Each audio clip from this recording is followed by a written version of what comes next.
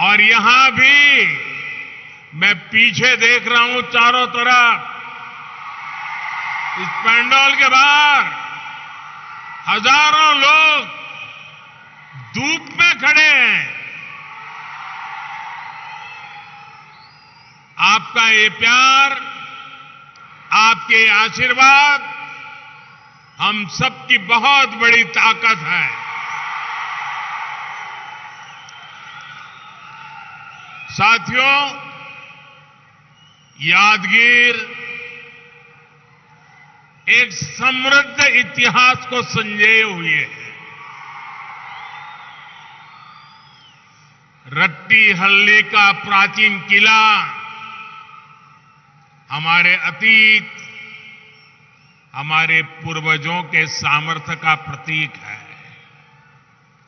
हमारी परंपरा, हमारी संस्कृति और हमारी विरासत से जुड़े अनेक अंश, अनेक स्थान हमारे इस क्षेत्र में मौजूद है। यहां उस सुरापुर रियासत की धरोहर है जिसे महान राजा वेंकटप्पा नायक ने अपने स्वराज और सुशासन से देश में विख्यात कर दिया था।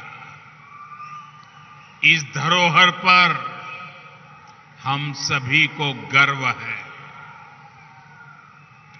भाइयों और बहनों, मैं आज कर्नाटका के विकास से जुड़े हजारों करोड़ रुपए के प्रोजेक्ट्स आपको सौंपने और नए प्रोजेक्ट की शुरुआत करने आया हूं। अभी यहां पानी और सड़क से जुड़े बहुत बड़े प्रोजेक्ट का शिलान्यास और लोकार्पण हुआ है। नारायणपुर लेफ्ट बैंक कैनाल के विस्तार और आधुनिकीकरण से यादगीर, कलबुर्गी और विजयपुर जिले के लाखों किसानों को सीधा सीधा लाभ होने वाला है। Yadgir village multi water supply scheme से भी जिले के लाखों परिवारों को पीने का साफ पानी मिलने वाला है। सूरत चेन्नई इकोनॉमिक कॉरिडोर का जो हिस्सा कर्नाटका में पड़ता है, उस पर भी आज काम शुरू हुआ है। इससे यादगीर, रायचूर और कलबुर्गी सहित इस पूरे क्षेत्र में ईज ऑफ लिविंग भी बढ़ेगी और यहां उद्यमों को, रोजगारों को भी बहुत बल मिलने वाला है। विकास के इन सभी प्रोजेक्ट्स के लिए यादगीर के, कर्नाटका के सभी लोगों को बहुत बहुत बधाई। मैं बोम्मई जी की और उनकी पूरी टीम को भी बहुत बहुत बधाई देता हूं। जिस प्रकार उत्तर कर्नाटका के विकास के लिए तेजी से काम हो रहा है, वो सराहनीय है। भाइयों और बहनों, भारत की आजादी के 75 वर्ष पूरे हो चुके हैं। अब देश अगले 25 वर्षों के नए संकल्पों को सिद्ध करने के लिए आगे बढ़ रहा है। ये 25 साल देश के प्रत्येक व्यक्ति के लिए अमृत काल है। प्रत्येक राज्य के लिए अमृत काल है। इस अमृत काल में हमें विकसित भारत का निर्माण करना है। भारत विकसित तब हो सकता है जब देश का हर नागरिक, हर परिवार, हर राज्य इस अभियान से जुड़े। भारत विकसित तब हो सकता है जब खेत में काम करने वाला किसान हो या फिर उद्योगों में काम करने वाला श्रमिक, सभी का जीवन बेहतर हो। भारत विकसित तब हो सकता है जब खेत में फसल भी अच्छी हो और फैक्ट्रियों का भी विस्तार हो। और साथियों, ये तभी संभव है जब हम बीते दशकों के खराब अनुभवों, गलत नीति रणनीति से सीखें, उन्हें फिर से दोहराने से बचें। हमारे सामने यादगीर का उत्तर कर्नाटका का उदाहरण है। इस क्षेत्र का सामर्थ्य किसी से कम नहीं है। इस सामर्थ्य के बावजूद ये क्षेत्र विकास की यात्रा में बहुत पीछे रह गया था। पहले जो सरकारें थी उसने यादगीर सहित अनेक जिलों को पिछड़ा घोषित कर अपनी जिम्मेदारी से हाथ धो दिए थे। इस क्षेत्र के पीछे रहने का कारण क्या है? यहां का पिछड़ापन कैसे दूर होगा? इस पर पहले की सरकारों ने न सोचने के लिए समय निकाला, मेहनत करना तो दूर की बात रही। जब सड़क, बिजली और पानी जैसे इंफ्रास्ट्रक्चर पर निवेश करने का समय था, तब उस समय जो दल सरकारों में थे, उन दलों ने वोट बैंक की राजनीति को बढ़ावा दिया। इस जाति, उस मत मजहब का वोट पक्का वोट कैसे बन जाए, हर योजना, हर कार्यक्रम को इसी दायरे में बांध करके रखा। इसका बहुत बड़ा नुकसान कर्नाटका ने उठाया, इस हमारे पूरे क्षेत्र ने उठाया, आप सब मेरे भाइयों बहनों ने उठाया। साथियों, हमारी सरकार की प्राथमिकता वोट बैंक नहीं है, हमारी प्राथमिकता है विकास, विकास और विकास। 2014 में आप सबने मुझे आशीर्वाद दिए, मुझे एक बहुत बड़ी जिम्मेदारी सौंपी। मैं जानता हूं कि जब तक देश का एक भी जिला विकास के पैमाने पर पीछा रहेगा, तब तक देश विकसित नहीं हो सकता। इसलिए जिनको पहले की सरकार ने पिछड़ा घोषित किया, उन जिलों में हमने विकास की आकांक्षा को प्रोत्साहित किया। हमारी सरकार ने यादगीर सहित देश के 100 से अधिक ऐसे जिलों में आकांक्षी जिला कार्यक्रम शुरू किया। हमने इन जिलों में सुशासन पर बल दिया, गुड गवर्नेंस पर बल दिया, विकास के हर पैमाने पर काम शुरू किया। यादगीर सहित सभी आकांक्षी जिलों को इसका लाभ भी मिला है। आज देखिए, यादगीर ने बच्चों का 100% टीकाकरण कर दिखाया है। यादगीर जिले में कुपोषित बच्चों की संख्या में बहुत कमी आई है। यहां के 100% गांव सड़कों से जुड़ चुके हैं। ग्राम पंचायतों में डिजिटल सेवाएं देने के लिए कॉमन सर्विस सेंटर है।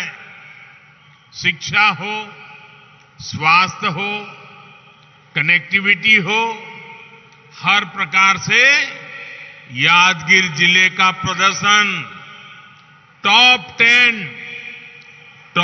10 आकांक्षी जिलों में रहा है। और इसके लिए मैं यादगीर जिले के जनप्रतिनिधियों को, यहां के डिस्ट्रिक्ट एडमिनिस्ट्रेशन की टीम को मेरी तरफ से बहुत बहुत बधाई देता हूं। आज यादगीर जिले में नए उद्योग आ रहे हैं। केंद्र सरकार ने यहां फार्मा पार्क की स्वीकृति भी दे दी है। भाइयों और बहनों, वाटर सिक्योरिटी एक ऐसा विषय है जो 21वीं सदी के भारत के विकास के लिए बहुत जरूरी है। भारत को विकसित होना है तो border security, coastal security, internal security के तरह ही वाटर सिक्योरिटी से जुड़ी चुनौतियों को भी समाप्त करना ही होगा। डबल इंजन की सरकार सुविधा और संचय की सोच के साथ काम कर रही है। 2014 में जब आपने हमें अवसर दिया तब 99 ऐसी सिंचाई परियोजनाएं थी जो दशकों से लटकी हुई थी। आज इनमें से 50 के करीब योजनाएं पूरी हो चुकी हैं। हमने पुरानी योजनाओं पर भी काम किया और जो संसाधन हमारे पास पहले से थे उनके विस्तार पर भी बल दिया। कर्नाटका में भी ऐसे अनेक प्रोजेक्ट्स पर काम चल रहा है। नदियों को जोड़कर सूखा प्रभावित क्षेत्रों तक पानी पहुंचाया जा रहा है। Narayanpura left bank canal system का विकास और विस्तार भी इसी नीति का हिस्सा है। अब जो नया सिस्टम बना है, जो नई तकनीक इसमें जोड़ी गई है, इससे 4.5 लाख हेक्टेयर भूमि सिंचाई के दायरे में आएगी। अब कैनाल के आखिरी छोर तक भी पर्याप्त पानी पर्याप्त समय के लिए आ पाएगा। साथियों, आज देश में पर ड्रॉप मोर क्रॉप पर, माइक्रो इरिगेशन पर अभूतपूर्व बल दिया जा रहा है। बीते 6-7 सालों में 70 लाख हेक्टेयर भूमि को माइक्रो इरिगेशन के दायरे में लाया गया है। कर्नाटका में भी इसको लेकर के बहुत अच्छा काम हुआ है। आज कर्नाटका में माइक्रो इरिगेशन से जुड़े जिन प्रोजेक्ट्स पर काम चल रहा है, उससे 5 लाख हेक्टेयर भूमि को लाभ होगा। डबल इंजन सरकार भूजल के स्तर को ऊपर उठाने के लिए भी बड़े स्तर पर काम कर रही है। अटल भूजल योजना हो, अमृत सरोवर अभियान के तहत हर जिले में 75 तालाब बनाने की योजना हो, या फिर कर्नाटका सरकार की अपनी योजनाएं, इससे जल स्तर बनाए रखने में मदद मिलेगी। भाइयों और बहनों, डबल इंजन सरकार कैसे काम कर रही है, इसका बेहतरीन उदाहरण जल जीवन मिशन में भी दिखता है। 3.5 साल पहले जब ये मिशन शुरू हुआ था, तब देश के 18 करोड़ ग्रामीण परिवारों में से सिर्फ 3 करोड़ ग्रामीण परिवारों के पास नल कनेक्शन था। आज देश के लगभग, ये आंकड़ा याद रखना,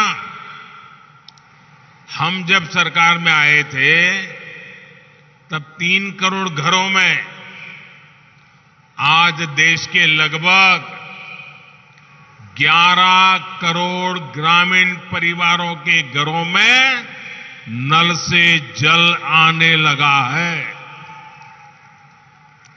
यानी हमारी सरकार ने देश में 8 करोड़ नए ग्रामीण परिवारों तक पाइप से पानी पहुंचाया है। और इसमें कर्नाटका के भी 35 लाख ग्रामीण परिवार शामिल हैं। मुझे खुशी है कि यादगीर और रायचूर में हर घर जल की कवरेज कर्नाटका और देश की कुल औसत से भी अधिक है। और जब नल से जल घर में पहुंचता है ना, तो माताएं बहनें मोदी को भरपूर आशीर्वाद देती है। हर दिन जब पानी आता है, मोदी के लिए उनके आशीर्वाद बहने शुरू हो जाते हैं। आज जिस योजना का शिलान्यास हुआ है, उससे यादगीर में घर घर नल से जल पहुंचाने के लक्ष्य को और गति मिलेगी। जल जीवन मिशन का एक और लाभ मैं आपके सामने रखना चाहता हूं। एक स्टडी में सामने आया है कि भारत के जल जीवन मिशन की वजह से हर साल 1.25 लाख से अधिक बच्चों का जीवन हम बचा पाएंगे। आप कल्पना कर सकते हैं, 1.25 लाख बच्चे प्रति वर्ष मौत के मुख में जाने से बच जाते हैं, तो ईश्वर भी तो आशीर्वाद देता है साथियों, जनता जनार्दन भी आशीर्वाद देती है। साथियों, दूषित पानी की वजह से हमारे बच्चों पर कितना बड़ा संकट था, और अब कैसे हमारी सरकार ने आपके बच्चों का जीवन बचाया है। भाइयों और बहनों, हर घर जल अभियान डबल इंजन सरकार के डबल बेनिफिट का भी उदाहरण है। डबल इंजन यानी डबल वेलफेयर, डबल तेजी से विकास।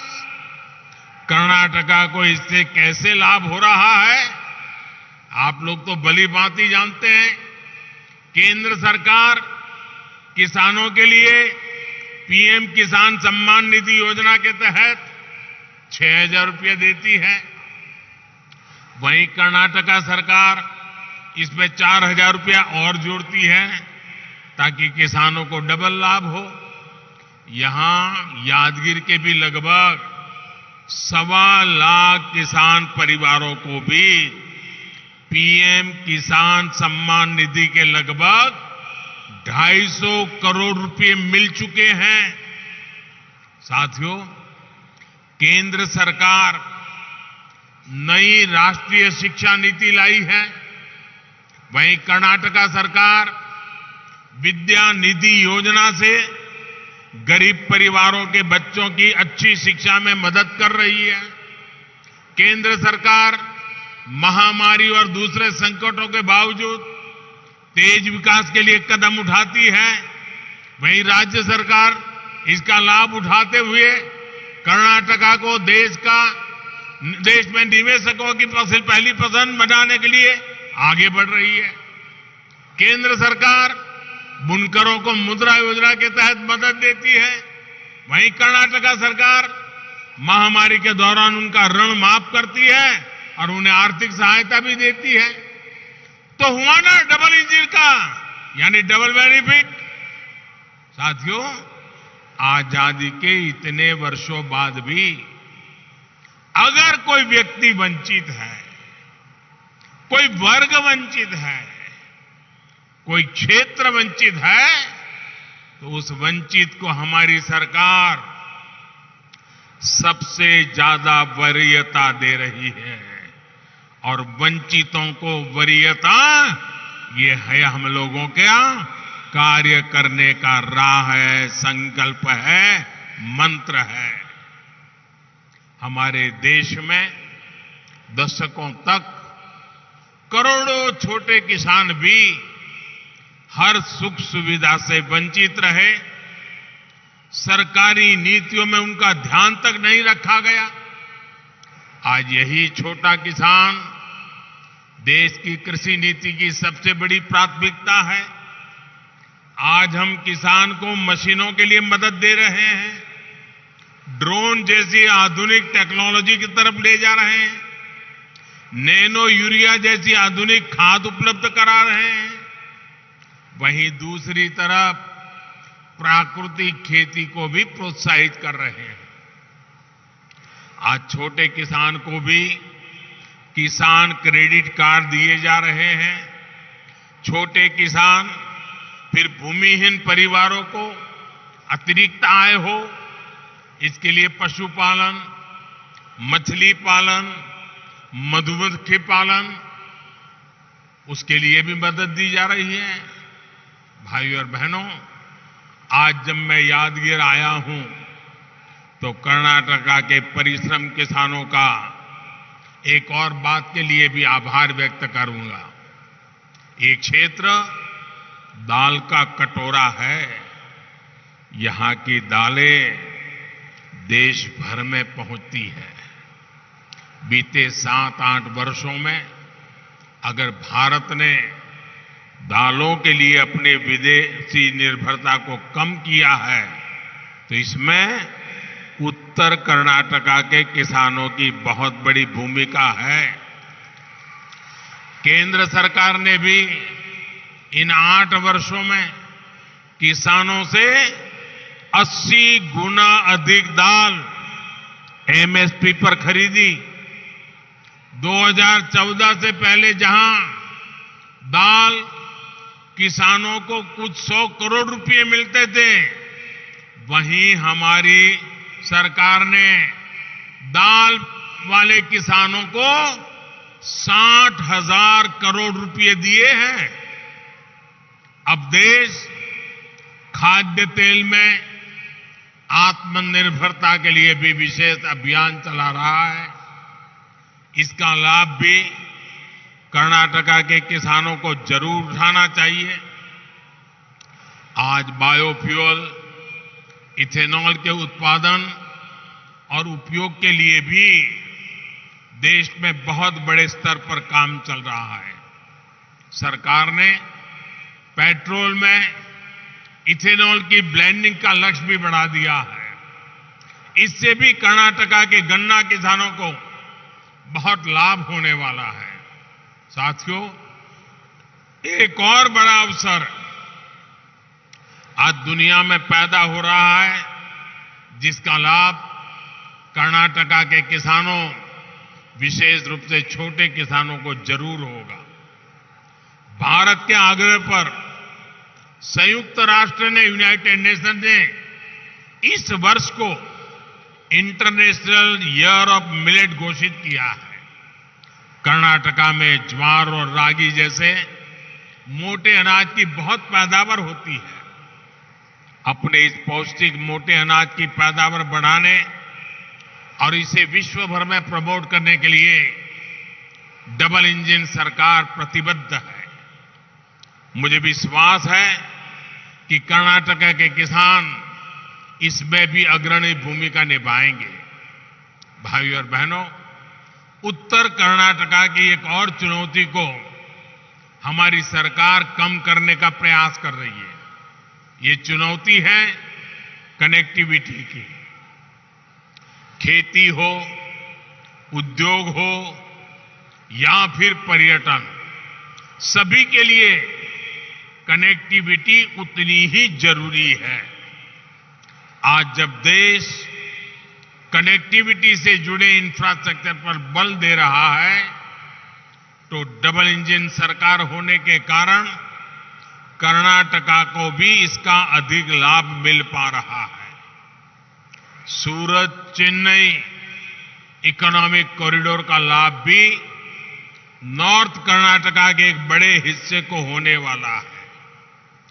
देश की 2 बड़े पोर्ट सिटी के कनेक्ट होने से इस पूरे क्षेत्र में नए उद्योगों के लिए संभावनाएं बनेगी।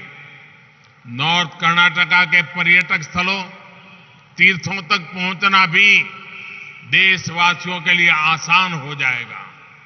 इससे यहां युवाओं के लिए रोजगार और स्वरोजगार के हजारों नए अवसर बनेंगे। इंफ्रास्ट्रक्चर और रिफॉर्म पर डबल इंजन सरकार के फोकस के कारण कर्नाटका निवेशकों की पसंद बन रहा है। भविष्य में ये निवेश और बढ़ने वाला है, क्योंकि भारत में निवेश को लेकर पूरी दुनिया में उत्साह है।